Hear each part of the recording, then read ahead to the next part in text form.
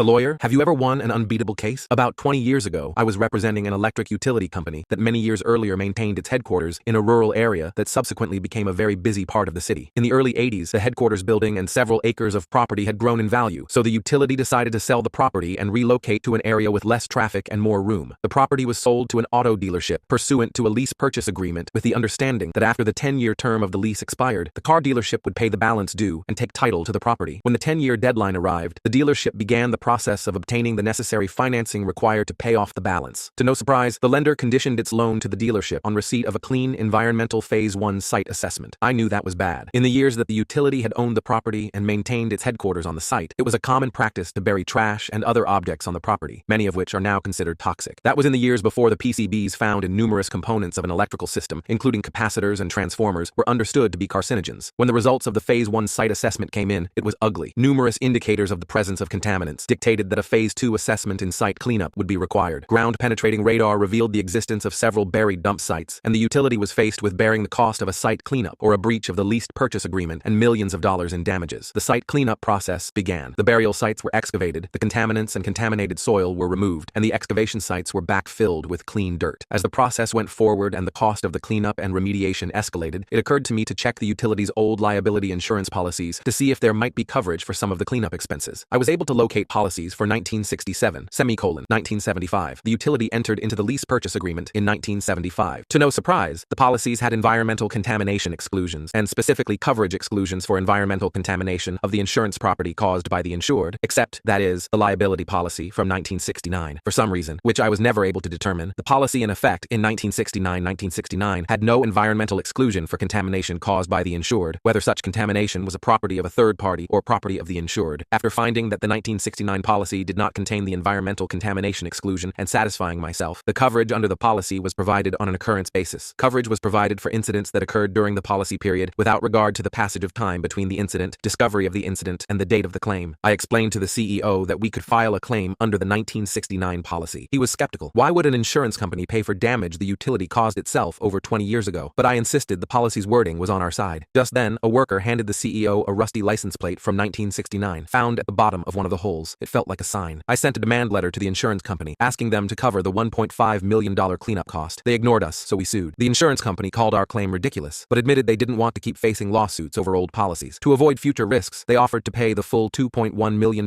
cleanup cost in exchange for a promise that the utility would never file another claim related to 1969. The CEO and I agreed it was a fair deal. His only words to me were, "Hurry." It was the craziest suit in which I was ever involved.